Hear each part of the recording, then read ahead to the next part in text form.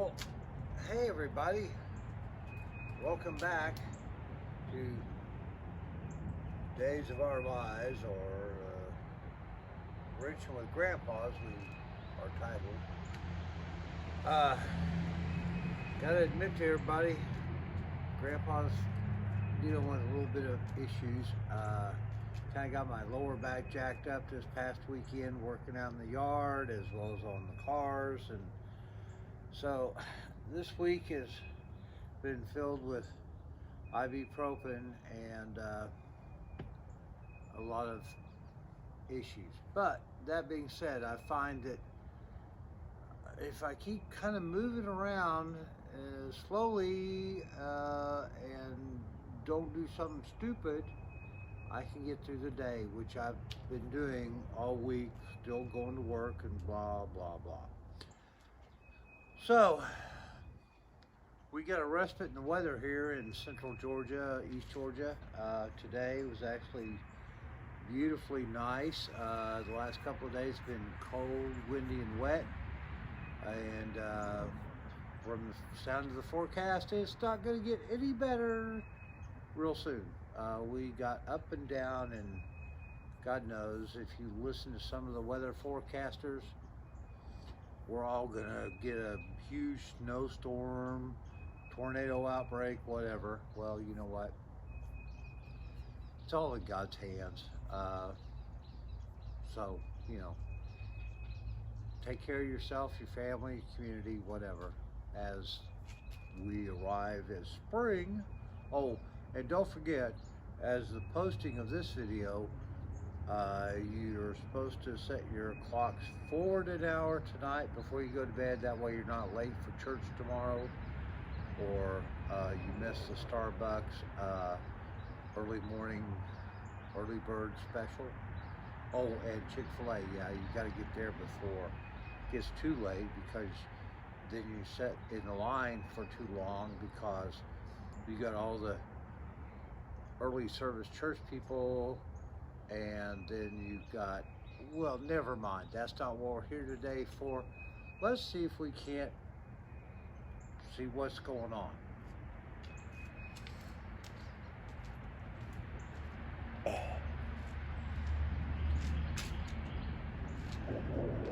All right, now, like I said, I kind of got my physical abilities a little jacked up this week, so I have been trying to get something done without creating more issues with my current injury.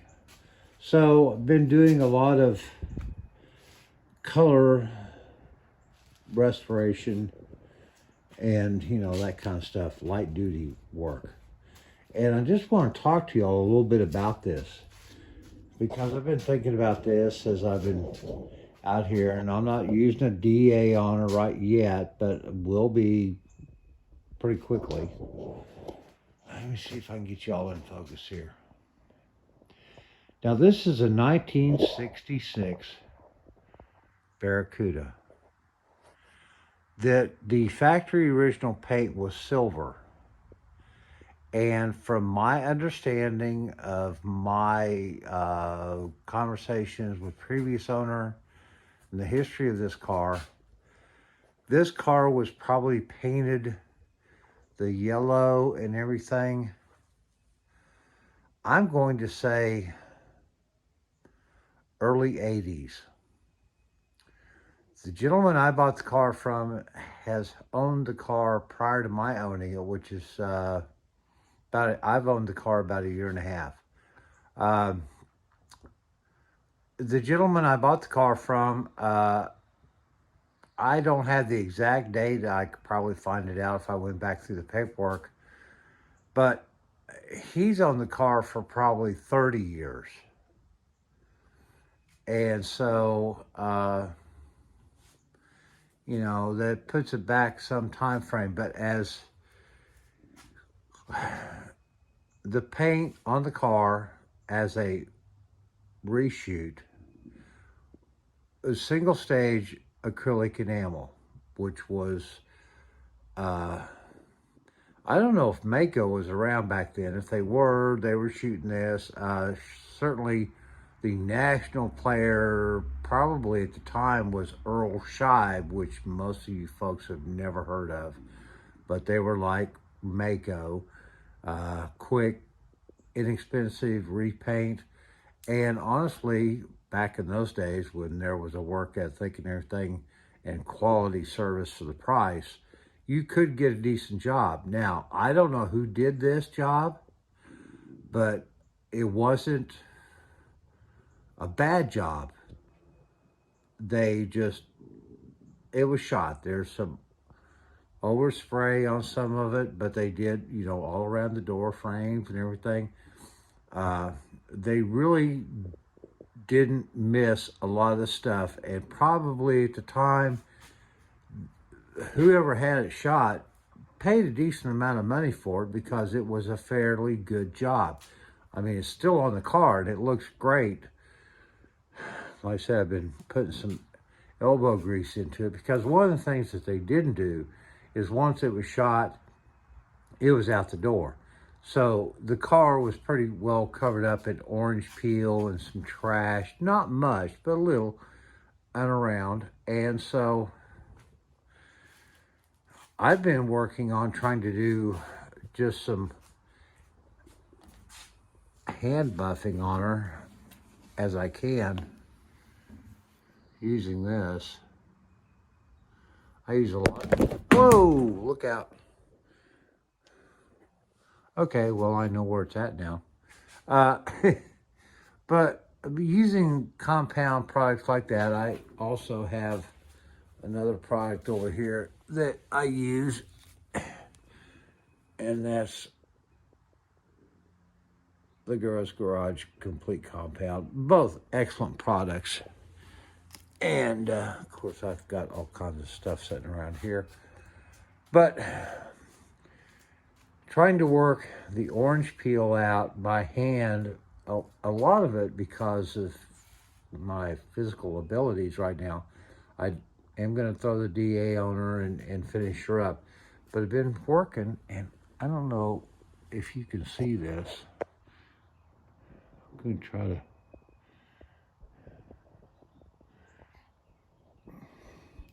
She's still not mirror finish. But maybe if I can get you guys a little better light angle here. The paint is coming around, which I'm thrilled with because I want to try to keep this paint and just go over it once it's all ready with a ceramic coat to make sure she's good to go. So that's kind of where I'm at there. Let's wander around here and see what else is going on. Of course, continue to work, trying to keep all that done and moving forward. Shower. Let's see if we can get a different angle here and see if we can see. I mean, she's not quite there yet, but she's getting there. So, all right, so been doing that. And of course, if you catch the last video or two, restoration and all that goes on. We got some pinholes right down here that we're going to see about repairing here in just a minute. I'm going to give you a quick shot down here. I've been trying as I could to get down here with the old wire wheel on the old drill and get this thing all cleaned up, and that's coming along. We got the new tank all restoration sealed, got some paint on it to protect all of that. Same getting there with the differential.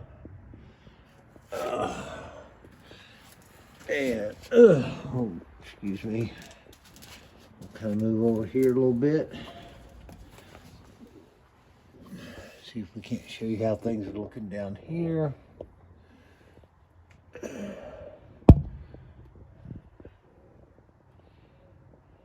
So we're close to starting to rebuild and complete the back brake and line restoration there, getting that all put back together. And let's see. Oh yeah, well, let's just, okay. Front spindle, back plate, brake setup for the co-pilot, drinker side, passenger side of the car. All right. If any of you guys have got these old Mopars, so 65, probably up to probably 67, 68.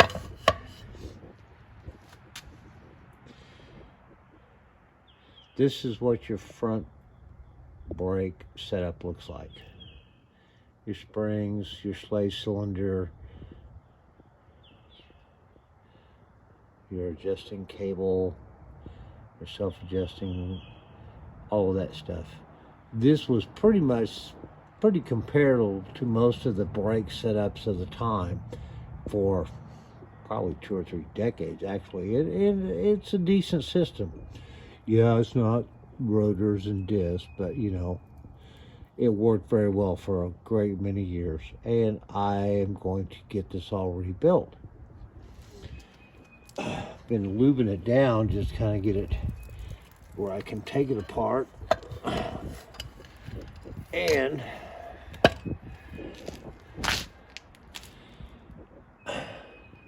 this ball joint actually doesn't appear to be in that bad a shape, considering, as best as I know, it's at least probably 20 to 30 years old. It's a little stiff, but I'm not getting any grumble, growl out of it. The big issue was when I started trying to deal with this was the boots busted. So you try to get any grease in it, it just all out all everything. So I don't know if I can try to find a boot and save this, not have to buy this assembly, because the price on this piece I have found anywhere from about $39 plus shipping to $100 plus shipping. And I have 2 of them. And so I'm not quite sure what to do yet. I'm honestly conflicted, but considering what I'm doing and trying to, I'm feeling a lot more confident about just replacing it and knowing that I've got something new, because honestly, from what I'm seeing in some of these other suspension parts that supposedly were replaced somewhere 20 to 30 years ago on this car, they appear to be, well, they're not OEM, they're aftermarket. I can tell that from the way the boots fit on them and things like that, and they're not smooth. You pay what, you know, you get what you pay for, and Lord knows I've had plenty of opportunities to buy the cheap stuff just to try to get it back on the road, and a lot of times it works out, sometimes it does, sometimes it doesn't. But, and I don't have any light over here, so bear with me. So basically,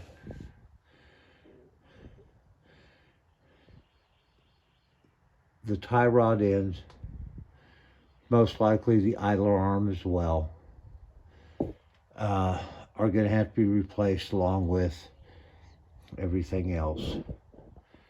Yes, it's dark up here because this is a dark place with no resolution yet on this dang bushing camber bolt.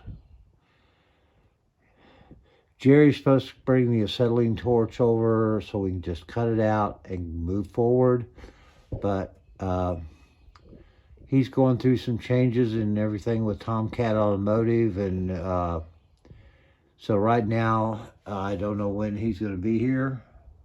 So we work on other stuff in the meantime. So, let's see. You know, probably would be a bad idea if I spent a little bit of time trying to clean up some of the stuff around here and make sure I haven't lost any more tools. Oh, if you're not aware of it, at least this weekend, Hobo Freight is having a parking lot sale. Well, they wouldn't sell me the parking lot, but I did pick up a few things and, you know, didn't spend too much money. So, so let's go over here real quick. Speaking of Harbor Freight, let's see if I can get this to work. Let's see if we can't mix up a little epoxy. Stay. Come on. You can do it.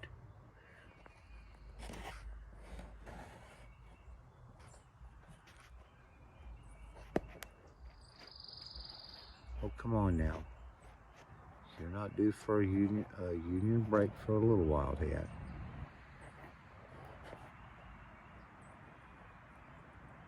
It'd be nice if I could afford to upgrade some of my photo equipment. But the truth of the matter is, I'm not. Stay. Okay. Nobody breathe hard. Alright, so what we're going to do is we're going to mix up a little bit of this epoxy and see if we can't take care of some of those little pinholes in the trunk. And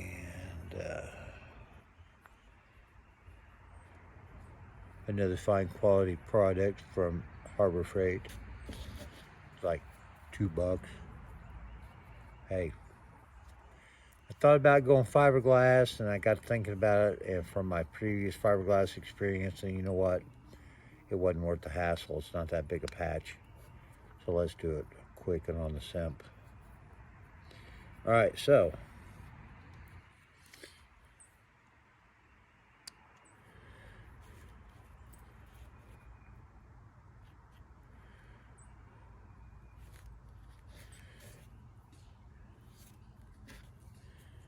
equal portions of part A and part B.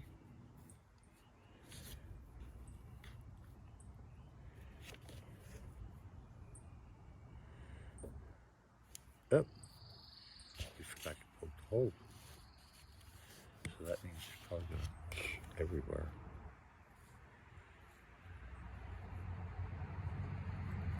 All right, here we go. Here we go. All right. Now, quick change of plan on what we're going to use to mix that with. I'm not going to use this.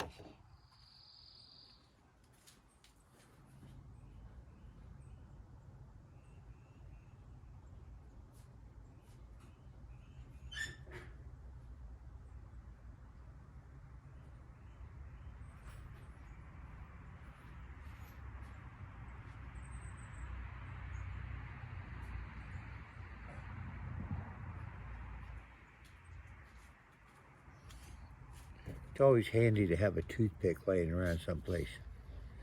All right, so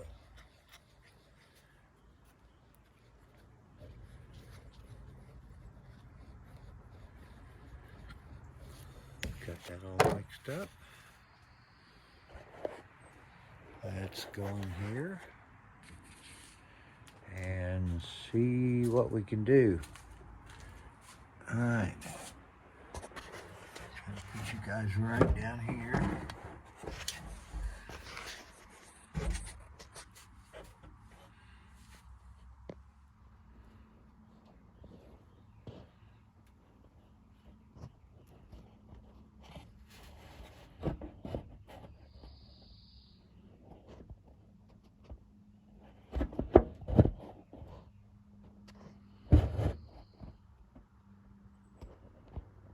Come on, girl. You can do it.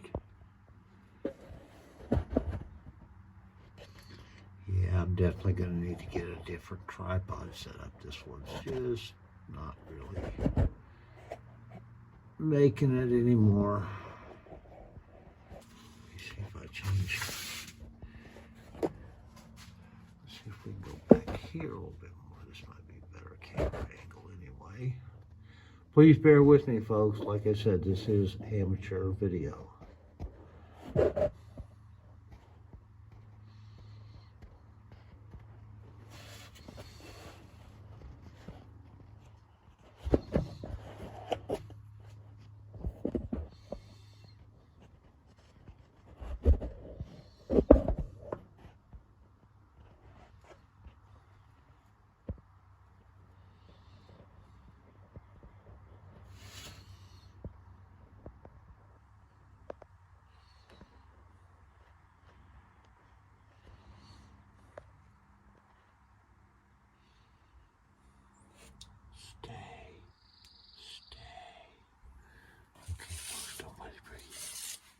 And I apologize for this, folks. This really isn't what I was expecting to happen, but we're going to go ahead and see if we can get some of this clear epoxy down in here. Seal off these holes. And then once that's done, we'll come back over it and seal it off with the appropriate other material that we might need to.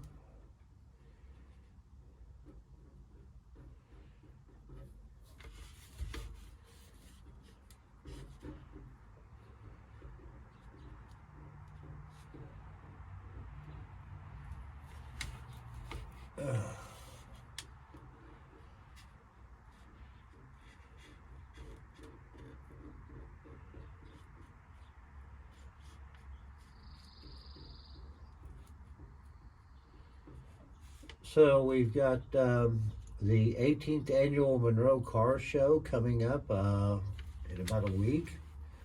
Hope to be out there to shoot some videos, bring you guys some new content of what's going on in the North Georgia car community. And as some of you may be aware, this year's Hot Rod Power Tour has changed up their schedule a little bit. Past few years, their last stop of the 5-day tour was in Atlanta, down in Hampton and Atlanta Motor Speedway. Well, this year they're actually going to do their first day in Atlanta, and I think the last day they're finishing up, I think, in Bristol, Tennessee. Well, I'm not going to have a car for Power Tour this year. It just hadn't worked out. Tried as best I could. Couldn't get there. Got too many things going on. But I am going to be at Atlanta. Going to try to hook up with some folks I know and shoot a whole lot of video and bring you guys some content to, follow along with the journey of what I'm doing. Okay. So we got that resined in, and once that's all cured, we'll put some material on it to make sure it stays in good shape.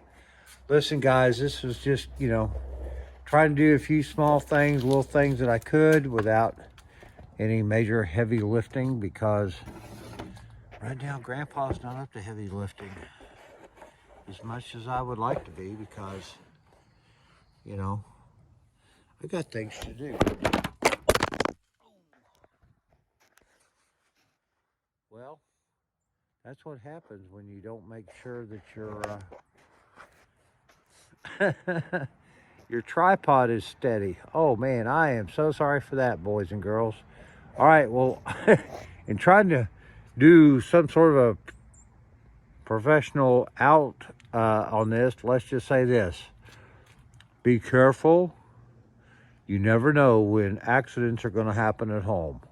Make sure your smoke detectors are working, you have a working fire extinguisher, and always buckle your seatbelt.